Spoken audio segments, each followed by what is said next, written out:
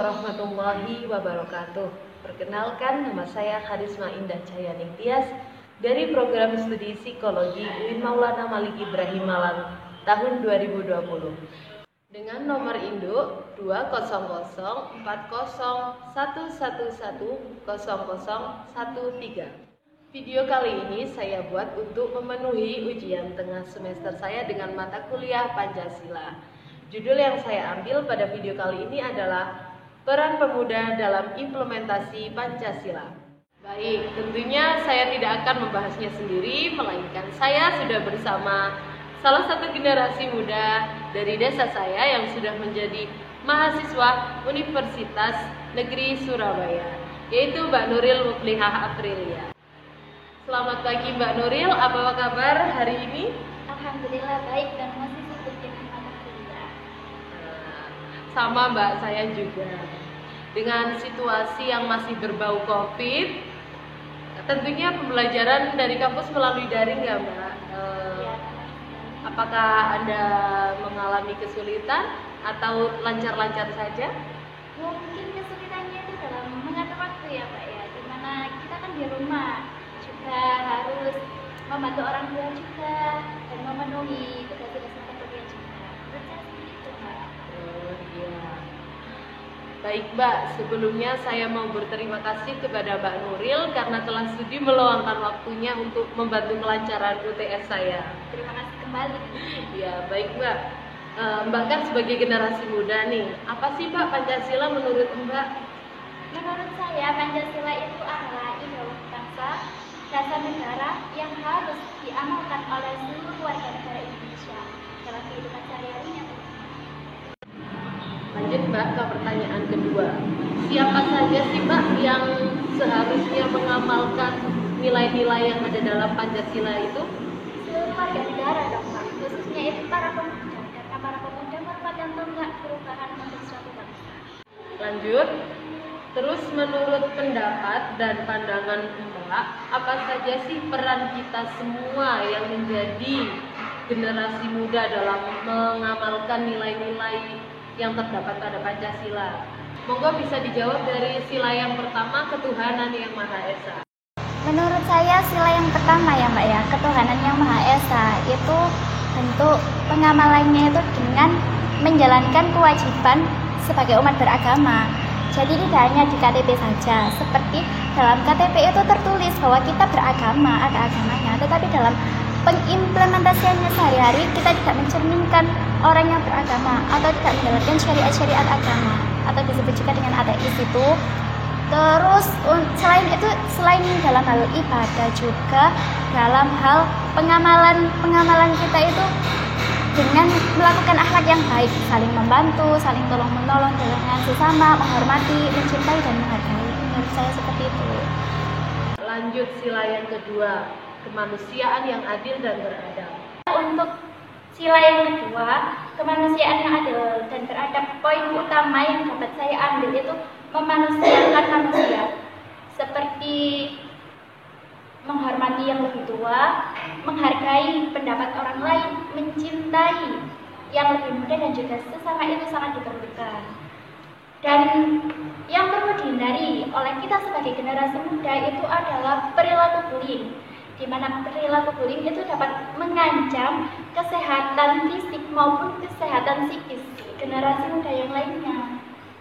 Dan alhamdulillah di desa ini tuh tidak ada perilaku bullying yang dapat membahayakan fisik maupun psikis remaja yang lainnya atau generasi muda yang lainnya. Yang saya salut seperti itu. Lanjut ya ke sila yang ketiga, Persatuan Indonesia. Bagaimana menurut Mbak sendiri? Peran pemuda dalam sila ketiga Pancasila Persatuan Indonesia itu sangat berpengaruh Mbak. Gimana ketika kita sebagai seorang pemuda khususnya mahasiswa, kita itu lebih sering menyampaikan pendapat kita di depan umum, di depan publik maupun di sosial media. Alangkah baiknya ketika kita akan menyampaikan pendapat tersebut itu dipikirkan terlebih dahulu. Mengapa perlu dipikirkan? Karena kalau tidak dipikirkan itu takutnya akan menyinggung salah satu pihak tertentu, di mana pada pihak yang tersinggung itu dapat muncul rasa kebencian.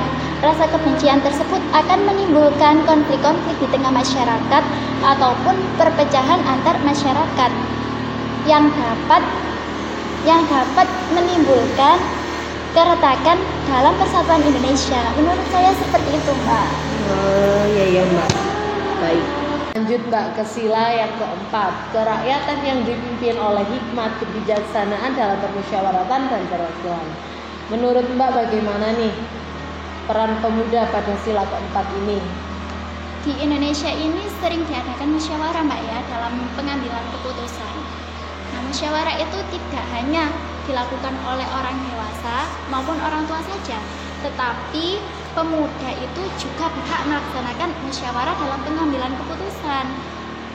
Dimana ketika kita musyawarah, kita itu berhak mengeluarkan pendapat kita masing-masing. Tentunya dipikir terlebih dahulu agar tidak memicu konflik ya Mbak ya.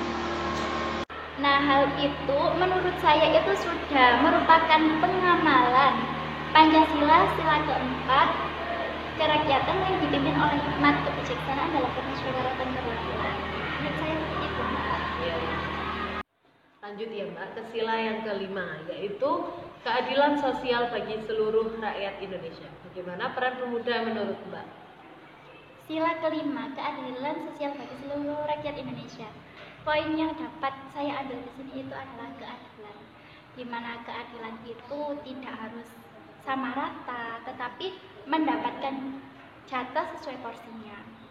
Nah, di Indonesia saat ini kan pejabat pemerintah itu bukan hanya dari kalangan orang tua maupun orang dewasa saja, namun banyak juga pemuda yang saat ini itu menduduki kursi sebagai pejabat pemerintah itu.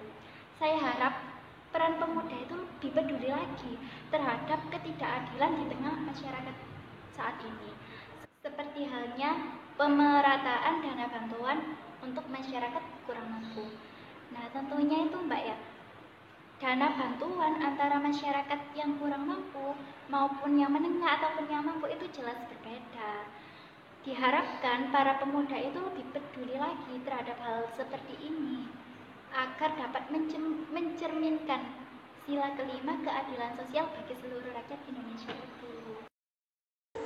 Kembali lagi bersama saya Harisma Indah Jayani Tias dari program studi psikologi UIN Maulana Malik Ibrahim Malang tahun 2020. Di sini saya kembali dengan tema dan judul yang sama, yaitu peran pemuda dalam implementasi Pancasila. Di sini saya sudah ditemani oleh Bapak narasumber yang kedua, yaitu Abah Samian selaku tokoh masyarakat. Sebelumnya saya mau berterima kasih yang banyak kepada Abah karena sudah berkenan membantu kelancaran UTS saya dengan mau diinterview. Saniki masuk ke pertanyaan yang inti, Bah. Menurut Abah sendiri, apa sih Pancasila itu, Bah? Ya, Pancasila itu secara pribadi adalah suatu pedoman hidup atau merupakan dasar bagi kehidupan bangsa dan negara. Jadi semua warga negara setidak-tidaknya kita harus mengusahakan bisa melaksanakan Pancasila, isi Pancasila itu sebaik-baiknya. Di sini kan temanya peran pemuda nih Pak. Berarti yang diutamakan itu lebih ke pemudanya ya. Iya. Pertanyaan selanjutnya, tadi kan sudah disebutkan bahwa yang seharusnya mengamalkan nilai-nilai Pancasila itu adalah semua warga negara, gitu. Terutama itu para pemuda. Menurut Abah sendiri selaku tokoh masyarakat di sini, apakah para pemuda di desa kita, di desa Sumberwaru ini sudah mengamalkan nilai-nilai yang terkandung dalam Pancasila, Pak? Iya. Dalam pengamatan saya sendiri sebagai warga masyarakat Sumberwaru, bahwa pemuda-pemuda di desa Sumberwaru ini sudah cukup baik, sudah melaksanakan sudah mengamalkan nilai-nilai Pancasila itu sendiri, yang tercermin dengan seperti nilai ketuhanan yang Maha Esa, Dari pemuda-pemuda itu pun juga ikut serta dalam kegiatan-kegiatan untuk keagamaan. Itu salah satunya sudah membanggakan, walaupun toh belum semuanya terangkum dalam kegiatan itu, tapi semuanya sudah mengamalkan itu. Adapun nilai-nilai yang lain seperti persatuan, itu sudah sangat kompak, karena dengan adanya pemahaman itu, saya kira konflik dari antar pemuda di sini tidak pernah terjadi. Sehingga yang Bapak tahu adalah kegiatan-kegiatan seperti olahraga dan lain sebagainya itu semuanya sangat kompak. Ini salah satu contoh bahwa pemuda-pemuda di Sumberwaru ini sudah banyak mengamalkan Pancasila itu sendiri. Alhamdulillah, berarti pemuda Sumberwaru itu sudah mengamalkan dengan baik ya? Iya, dengan baik. Terus harapan dan pesan Abah untuk para pemuda di desa kita bagaimana? Iya. Untuk pesan-pesan pada pemuda di desa kami, ini walaupun tadi sudah saya katakan sudah banyak mengamalkan nilai-nilai dari Pancasila itu sendiri, namun di hadapan kita tertentang masalah-masalah yang tidak bisa diabaikan, seperti dengan adanya medsos dan lain sebagainya itu bisa mempengaruhi daripada perkembangan anak-anak muda ini. Jadi harapan saya, pandai-pandailah dari untuk mengambil kesimpulan di dalam berinteraksi dengan dunia luar, sehingga tidak terjebak hal-hal yang tidak kita inginkan, seperti berita-berita bohong dan lain sebagainya, itu tidak sampai ditelan mentah, sehingga dapat mengambil kesimpulan yang sebaik-baiknya, sehingga menimbulkan atau menjadikan jati diri bahwa pemuda Sumberwaru cukup untuk merespon masalah-masalah yang ada pada masa kini. Berarti untuk penggunaan media sosial itu agar bisa menyaring berita mana yang baik, mana yang buruk. Jadi tidak langsung kita telan mentah-mentah. Jadi harus kita teliti, ini berita-berita bohong, ini berita-berita yang lain. Jadi tidak yang baik, jadi tidak langsung kita cerna mentah-mentah. Itulah maksud saya.